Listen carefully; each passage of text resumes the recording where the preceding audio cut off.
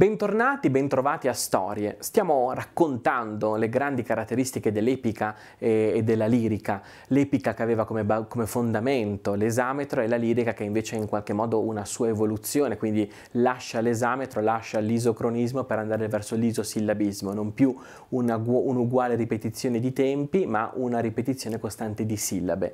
Ed è molto interessante questa osservazione, che sembrerà anche tecnica un po' arida, ma in realtà è molto importante per due motivi. Primo motivo perché questa espressione del metro si associa anche all'uso del dialetto.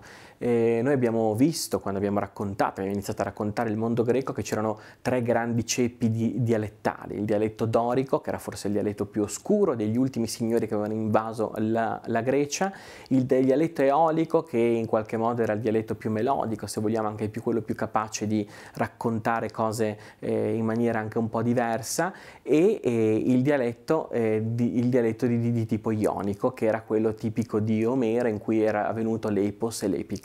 Ecco, noi adesso assistiamo a un incrocio tra dialetti ed espressioni. Infatti noi sappiamo che la poesia monodica la troviamo sempre in dialetto eolico, quindi quando parla un poeta, quando è un solo poeta che parla, non importa dove questo poeta parli, ma si esprime in eolico. L'eolico è il dialetto della poesia monodica, esattamente come il dorico diventa il dialetto della poesia corale, quindi non importa dove vengono eseguite queste poesie di tipo corale, ma se queste poesie sono corali vengono espresse per forza obbligatoriamente in dorico. Questa è una delle caratteristiche fondamentali.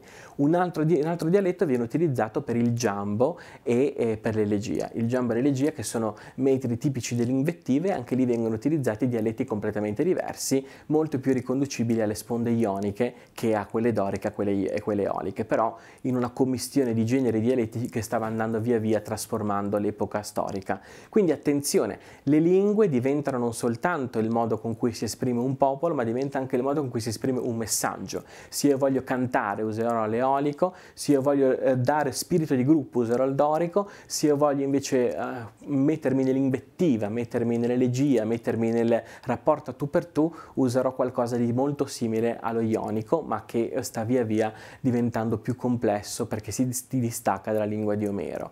Quindi la poesia, i dialetti sono fondamentali per esprimere se stessi. Ogni lingua è ideale a portare un messaggio. Pensate, leggere Dante non in italiano non fa capire assolutamente niente. Leggere Shakespeare non in inglese ci restituisce uno Shakespeare molto meno amato. La lingua originale in qualche modo è parte fondamentale del veicolo che si vuole trasmettere, del messaggio che si vuole trasmettere.